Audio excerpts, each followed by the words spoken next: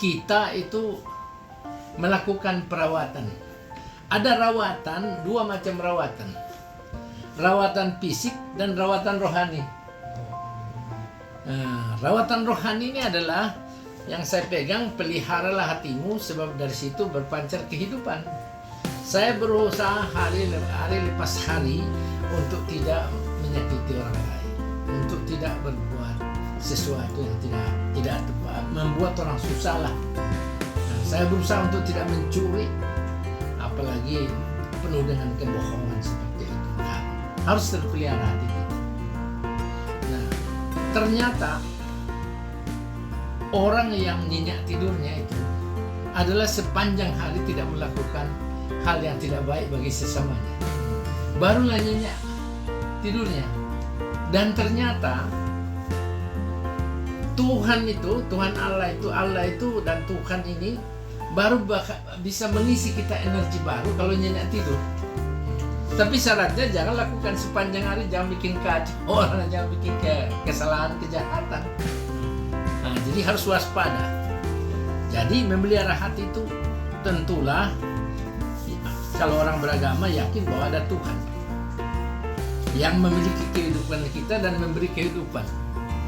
Maka selalu yakin bahwa saat kita berkomunikasi pasti ada nilai positif di dalam. Ya, kadang orang ribuan kali doa tapi tidak pernah dirasakan, itu berarti bermain kan. Nah, itu. Yang kedua, rawatan fisik. Rawatan fisik ini harus betul-betul, saya sejak SMP sudah lari. Waktu SMP saya bisa capai 15 kilo. Setelah SMA menurun, tinggal 11 kilo. Sudah universitas tinggal 10 kilo. Sudah selesai universitas tinggal 8 kilo. Nah, dengan umur sekarang ini maksimum 3 kilo. Ya, lari, tapi tidak boleh kencang. Lari untuk memanaskan. Sesudah badan panas baru kamu olahraga, mulai kepala sampai kaki. Ya, olahraga fisik. Jadi yang saya pernah kasih lihat kan, belum digerakkan 30 kali naik gitu, terus ini 30 kali putar. Nah, baru kita seperti ini. 30 kali. Baru itu 30 kali. Baru ini angkat tumit ke bawah. Boleh rapat 30 kali. Nah, baru teh goyang. Kenapa ini saraf di atas ini ikut bunyi? Malah 30 kali. Supaya ini kuat, karena sebetulnya jantung kedua itu kaki. Nah, baru ini supaya otak ini jinjit 30 kali. Otaknya. Itu namanya rawatan fisik. Tapi fisik saja dirawat tidak mungkin tanpa merawat makanan yang masuk. Maka saya ke Jepang, saya bilang apa rahasianya? 86 kok masih bisa cangkul-cangkul. Dia bilang makanlah makanan yang langsung dari tanah ke belanga. Artinya melalui pabrik usahakan hindari. Iya. Itu salah satu itu, rawatan fisik. Jadi rawatan fisik kita itu ada hal kita memiliki indera, 5 indera kita.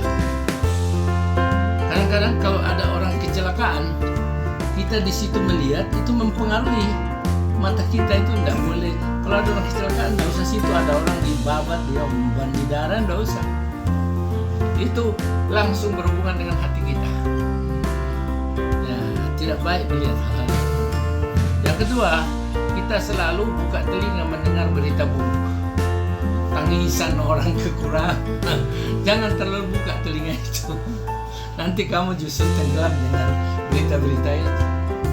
Yang ketiga, sudah tahu gas buangan di mobil itu berbahaya, kau di situ seperti pasang telinga.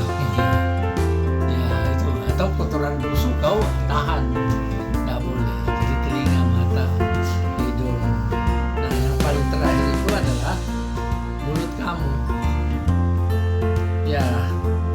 Paling berbahaya itu adalah di di samping hal yang masuk dalam mulut kita yang kurang sehat makanannya, juga yang paling berbahaya yang keluar dari mulut kita.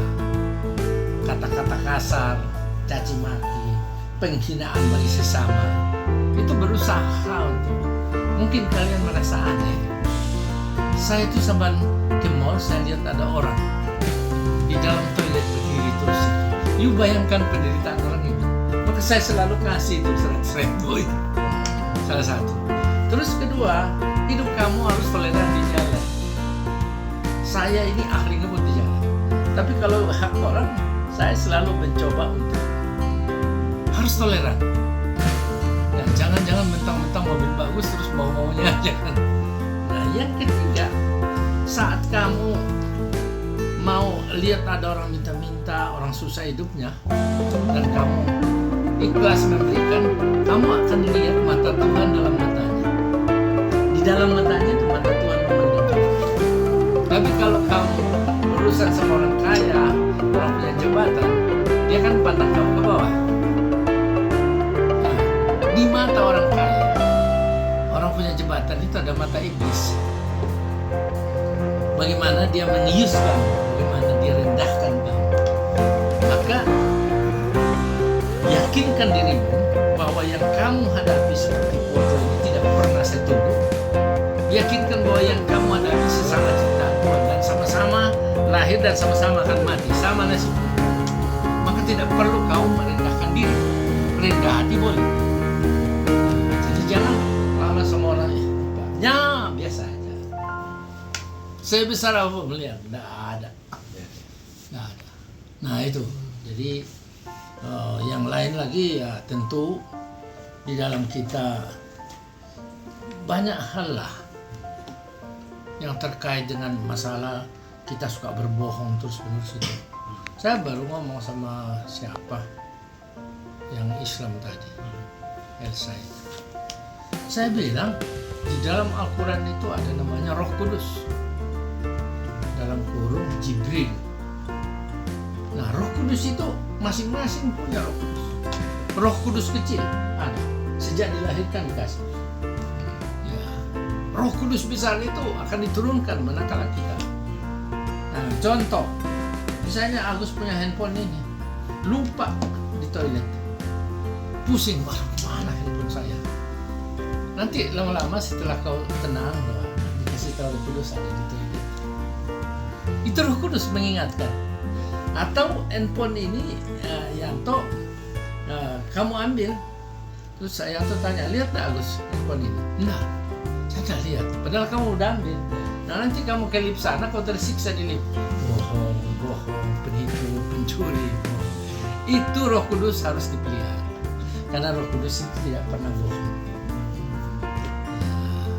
Maka mengapa orang berhembus Roh Kudus, minta Roh Kudus Tuhan melengkapi kita supaya dibentengi dari hal-hal pikiran jahat, rasa sombong, menganggap orang lain. Nah, akan jauh lebih baik hidupmu apabila kau kalau ketemu orang beda pendapatan, kau hormati dia. Ya. Jadi semakin orientasi pikiran kamu ke bawah, bukan ke atas, semakin bagus. Jadi namanya kecepatan memiliki belas kasih. Nah.